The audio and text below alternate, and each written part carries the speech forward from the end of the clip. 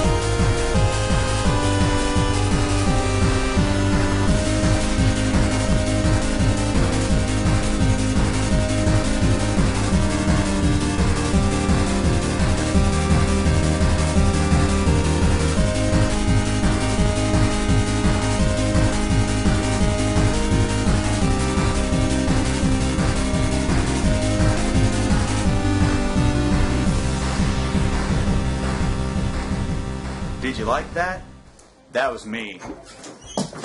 Me too. I turned into bats. Get the hell out of here. Okay. Bye.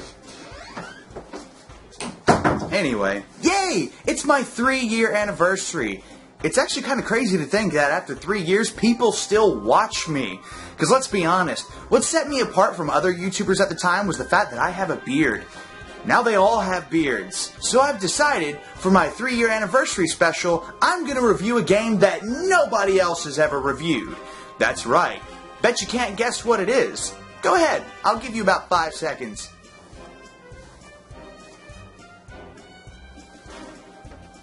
Give up?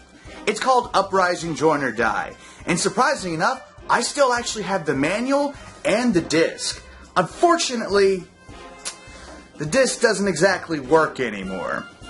Yeah, it's seen better days. But that's okay.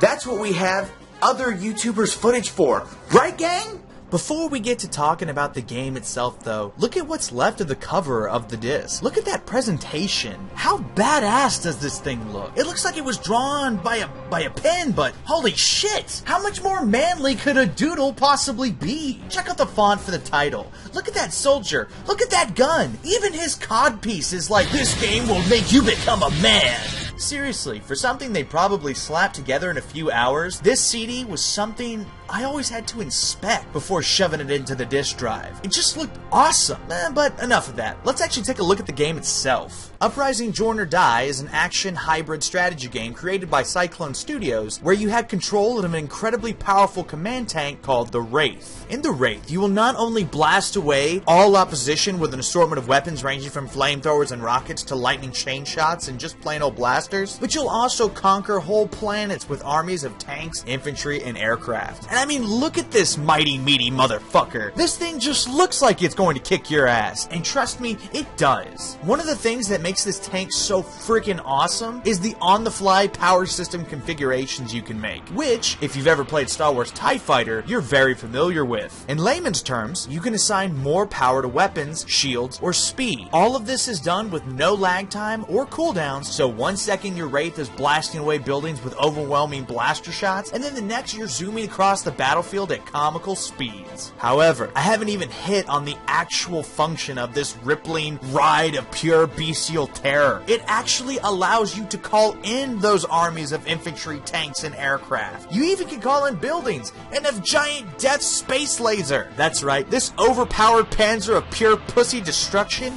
is at the forefront of all battles, blasting away enemy forces while calling in its own forces. It kinda makes you wonder why infantry even want to come close to your tank when you're essentially the harbinger of brutal fucking death. Eloquent descriptive speech aside, the game itself plays in a relatively simple fashion. When you first spawn into a battlefield, you have to find a command bunker, which is essentially a launch pad looking thing with several uplifted pads around it. Here, you will press F9 to call down a citadel. A citadel is essentially your best line of defense, should enemies attack your base, and it is essentially described as a fucknormous tower of anal violation. Now after you call down the Citadel, you have a choice of calling down a unit factory, a mining facility, or a KSAT facility. A KSAT facility being that giant space laser. You'll probably want a mining facility, as resources are finite in-game.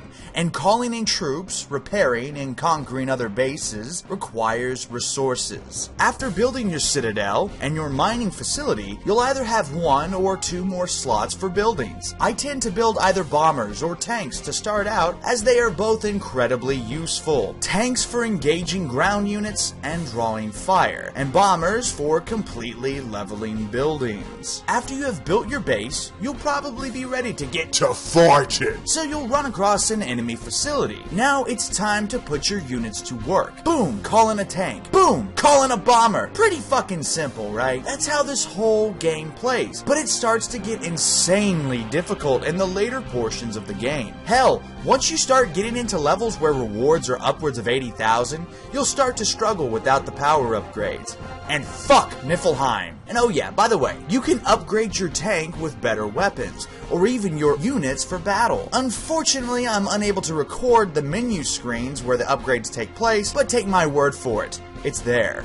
Now you're probably wondering to yourself, how in the hell has this downright glorious game never become a staple of gaming history?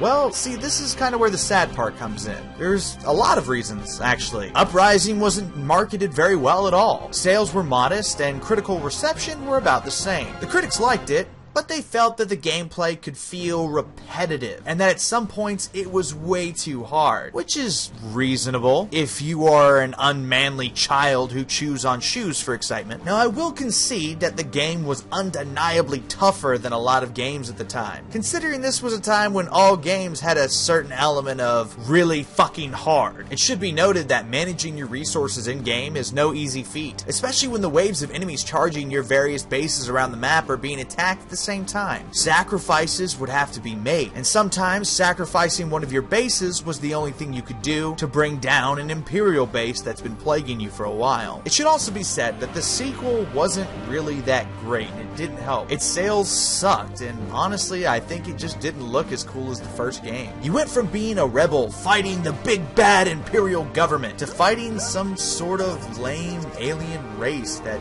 doesn't even bleed when you shoot their infantry. And honestly, I don't even want to mention Uprising X. That game was just freaking hideous. The other, and probably much bigger reasons, were Battlezone and Half-Life. Battlezone met with much greater applause and much greater sales, leaving Uprising and its sequels in the dust to die. Don't get me wrong, I'm not gonna shit on Battlezone at all. I've never actually played it, and from all accounts, it sounds like a fun game. I'm genuinely looking forward to the remastered version that's coming out soon. And as for Half-Life, I imagine it's pretty freaking obvious. It's Half-Life. It turned FPSs on its heels, forever changing the direction of the entire genre, and setting the stage for the next decade or so. Games like Uprising and even Battlezone, to a lesser degree, really didn't have a place in this modern shooter scene where we soon would have the likes of Halo and Medal of Honor and Unreal Tournament. It wouldn't be too long after all this that the company who owned Cyclone Studios, named the 3DO Company, the makers of the Army Men games and the 3DO console, and the publisher of a shit ton of Might and Magic games,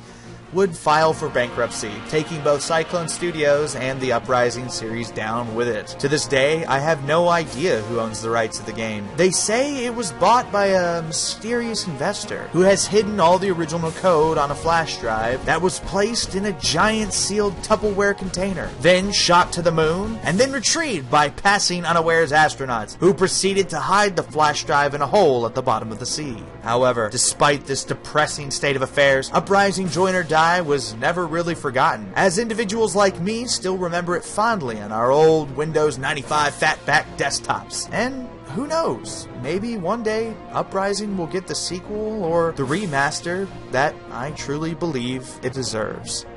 Wait, what? They released it on GOG.com? Oh, Jesus fucking Christ, what am I doing here?